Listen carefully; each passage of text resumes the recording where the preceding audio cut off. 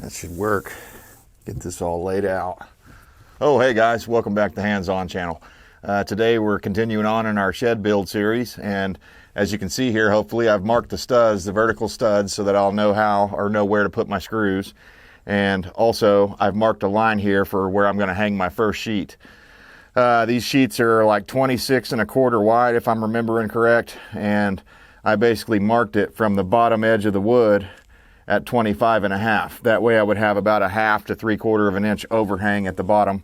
That way if any water gets down here past my barn tin, it'll run down and hit the concrete or the dirt rather than going back up and hitting my OSB underneath there. So you just got to think like a drop of water if you're going to be building a building like this. But I thought it might be interesting. I thought you guys might glean some knowledge from how I'm attaching this stuff.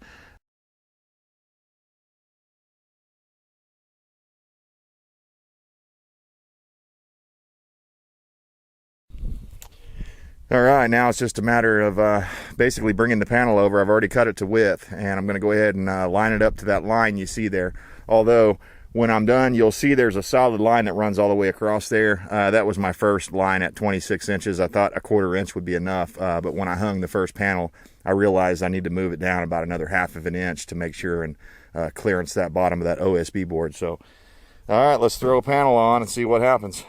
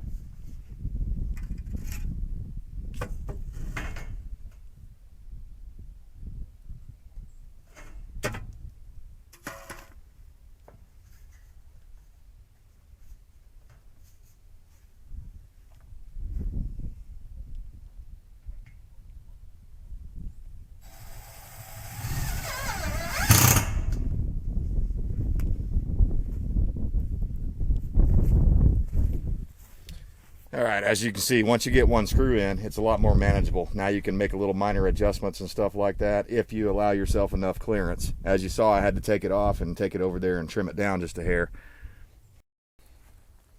All right, now it's just a matter of screwing it all on.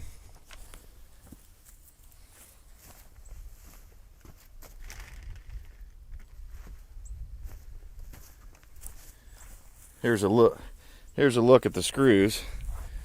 Let's see if I can get a shot at that for you.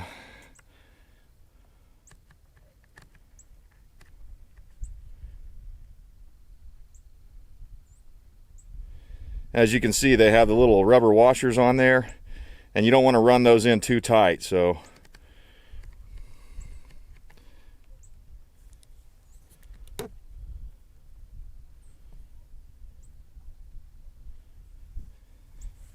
all right, let's screw it on.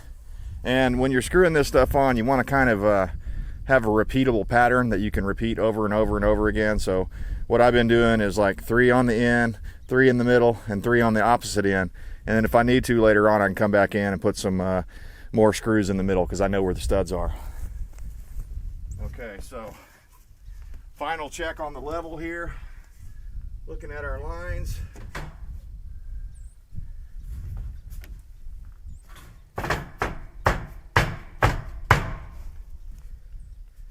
Perfect.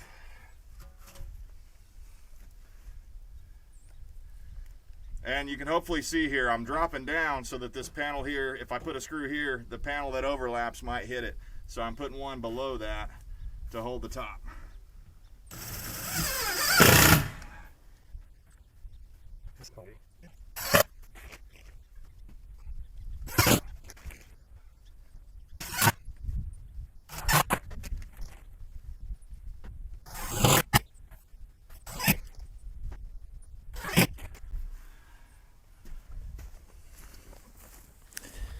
All right, that's one.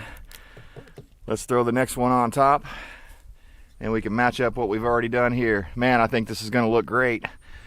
I was a little hesitant to hang this stuff sideways because I couldn't find a lot of information on it online, but after looking at it now, really glad I did. Hopefully it goes without saying, but in case it doesn't, if you don't know, when you're hanging this stuff like this horizontally rather than vertically, you need to lay it from the bottom up and lap it like a shingle. That way if any water hits the building, it'll run down the side rather than get behind the siding. So again, you just have to think like a water drop.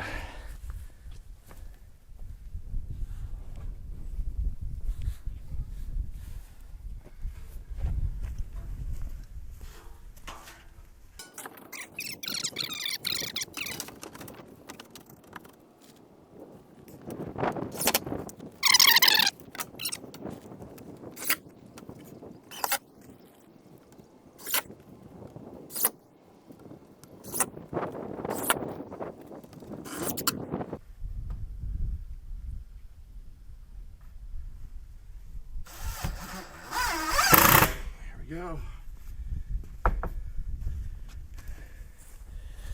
All right, so that's what it's looking like so far. We'll just repeat the process until we get up to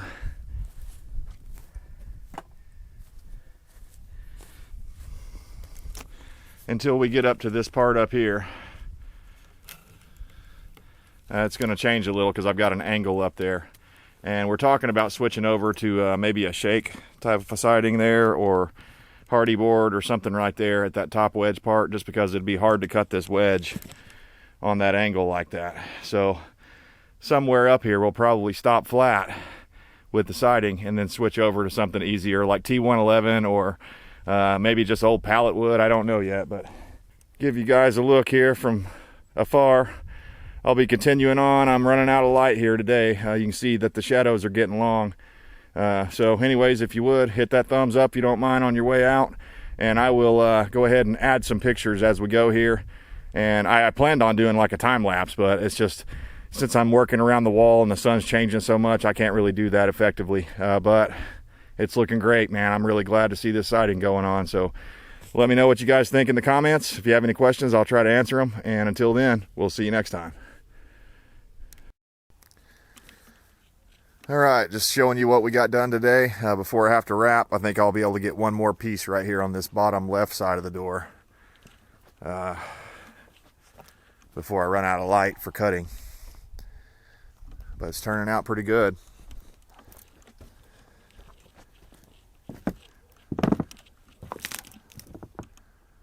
Not too bad. And what we decided we're going to do is, right about where that blue tape line is, we're going to switch over to either hardy board or some kind of other product. We're not exactly sure what that'll be yet. We've got some leftover pieces of hardy board. If we've got enough pieces, we may use that because it's a good material.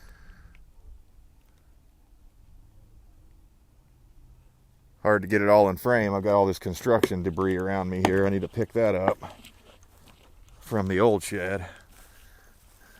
There we go. That's a little better. So this is my well house, but I built it this way so that I could actually store either firewood back behind there, or we might possibly make a little outdoor shower slash bathtub. I don't know how elaborate we'll go with it, but at very least I'd like to put an outdoor shower in there so that when I'm out here doing dirt work, doing stuff like that, getting real grimy, I can take a shower. But yeah, turning out real good so far, and we're going to continue on tomorrow and go to the summit, basically go as high up as we can before we have to switch over to that hardy board. So we'll see you next time.